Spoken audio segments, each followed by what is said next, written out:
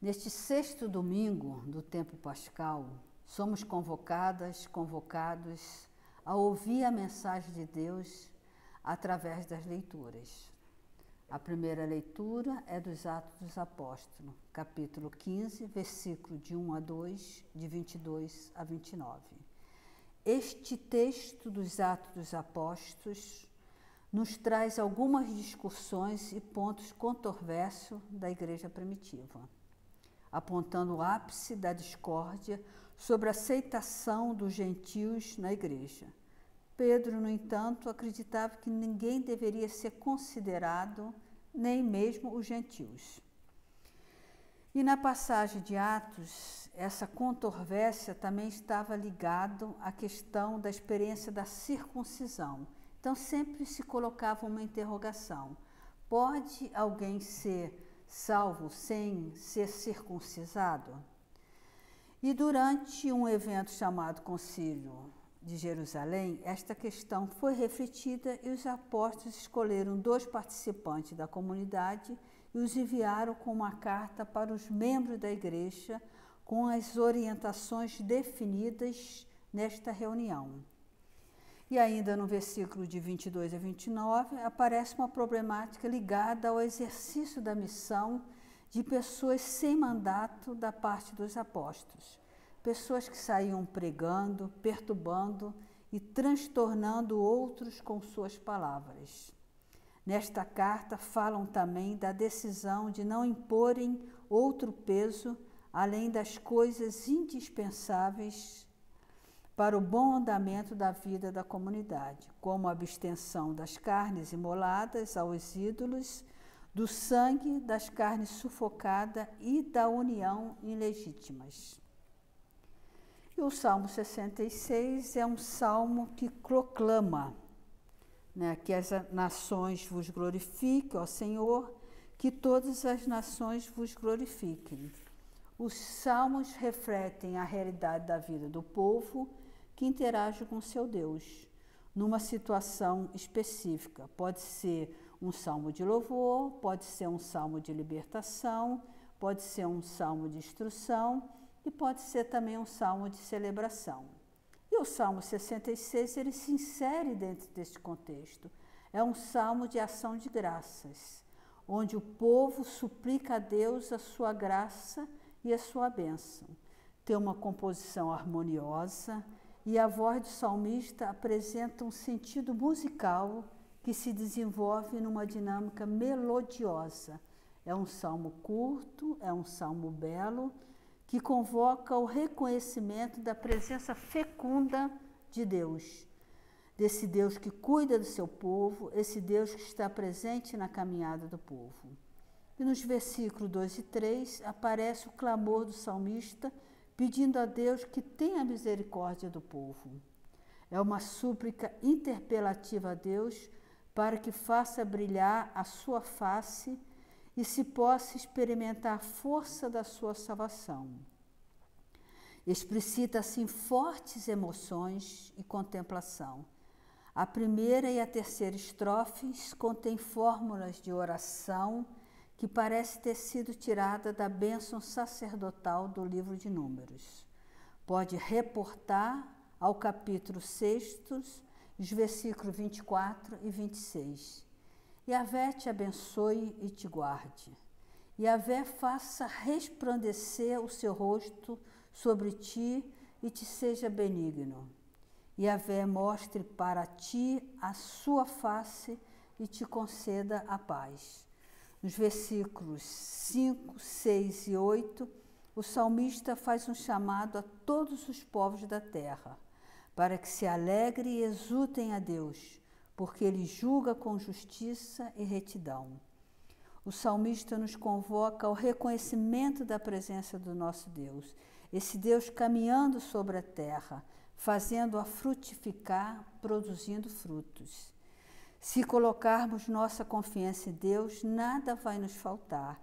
As bênçãos provocam alegria, júbilo, ação de graças. São um convite para que agradeçamos a Deus pelos benefícios recebidos. E a segunda leitura é tirada do livro do Apocalipse, capítulo 21, versículo de 10 a 14, de 22 a 23. O Apocalipse usa uma linguagem camuflada que incentiva a resistência e dibra a marcação do poder opressor. A mensagem do Apocalipse não é uma mensagem abstrata, pelo contrário, é uma mensagem bastante situada. No entanto, é necessário desenvolver uma metodologia de reconstrução no imaginário do povo, para que se recomponha como povo.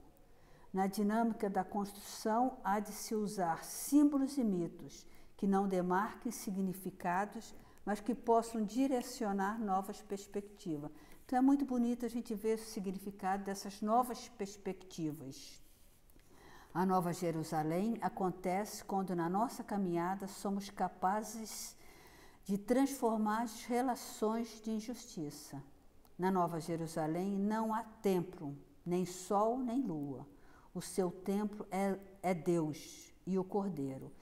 A sua luz é a glória de Deus, o Cordeiro e a lâmpada. Comecemos a mudar o modo como nos relacionamos. Vemos no versículo 10 que há valores transcendentes. Ele então me arrebatou em espírito sobre um grande alto monte e mostrou-me a cidade santa, Jerusalém, que descia do céu, junto de Deus com a glória de Deus. A imagem da cidade santa, que está presente em Apocalipse, é a imagem de uma sociedade que oprimiu os antepassados, que desmascara a violência de Roma num tempo de sutil opressão política e de extrema exploração econômica, sem dizer as coisas às claras. É uma transformação autêntica que deve ser anunciada e vivenciada. A história de Deus irrompe dentro da história da humanidade. O versículo 22, não vi nenhum templo nela, pois o seu templo é o Senhor, o Deus Todo-Poderoso e o Cordeiro. É a denúncia da corrupção vivida com os quem se dizia mediador entre as pessoas e Deus, né? Então, essa grande interpelação. E o Evangelho de João, no capítulo 14, versículo de 22 a 29, ele é muito bonito porque Jesus vai nos afirmar: quem ama guardará a minha palavra.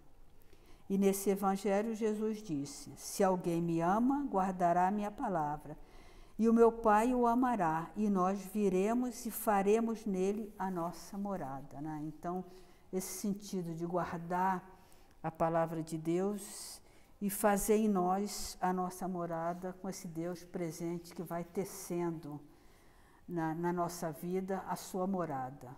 Então, quem guarda a palavra de Deus se compromete com o amor incondicional, numa entrega plena e livre, numa experiência de permanecer nele, numa perspectiva de vida nova. Então, esse verbo permanecer, ele é muito significativo. Permanecer nele garante os bons frutos. Quem não permanece em Jesus, tudo que vive é uma palha que o vento leva. É uma relação onde Deus se faz morada em nós, quando a gente permanece em Deus, onde o amor divino nos habilita a ser geradora e tecedora do amor. A profundidade nas relações nos fortalece. O amor transforma tudo, o ser humano, as estruturas sociais, a realidade onde estamos inserida e nos introduz na morada do Pai. Quem não ama não guardará a minha palavra. No entanto, a palavra que escutais não é minha, mas do Pai que me enviou. Mas o Espírito Santo vos dará lucidez e vão perceber tudo o que eu vos disser, enquanto estava convosco. Então, o Espírito Santo, aí ele é apresentado como mestre, aquele que vai trazer a grande novidade, que vai nos abrir uma perspectiva no campo das palavras e do ensinamento. Vai relembrar tudo que foi ensinado por Jesus. A revelação ainda não cumpriu a plenitude da sua caminhada. O Paráclito é a atualização de tudo que Jesus viveu. Quem não se compromete em guardar o amor de Cristo, não se compromete também com seus mandamentos. Não vai testemunhar o que Jesus construiu com a sua presença entre nós. Não vai ter a claridade para vivenciar sua mensagem de vida e missão. Então, eu termino aqui a minha reflexão colocando 3 perguntas que eu acho que são perguntas interpelativas para que a gente possa realmente ruminar e pensar a partir também dessas perguntas. Como as passagens bíblicas deste domingo tocam a nossa vida? Como salmista, qual a bênção que podemos salmodiar para o nosso Deus? Né? Colocar essa possibilidade da gente salmodiar para o nosso Deus. Como esta liturgia nos desafia na dinâmica do amor, na experiência de vivenciar a palavra de Jesus. Então, termino aqui a minha reflexão com essas 3 perguntas. Obrigada.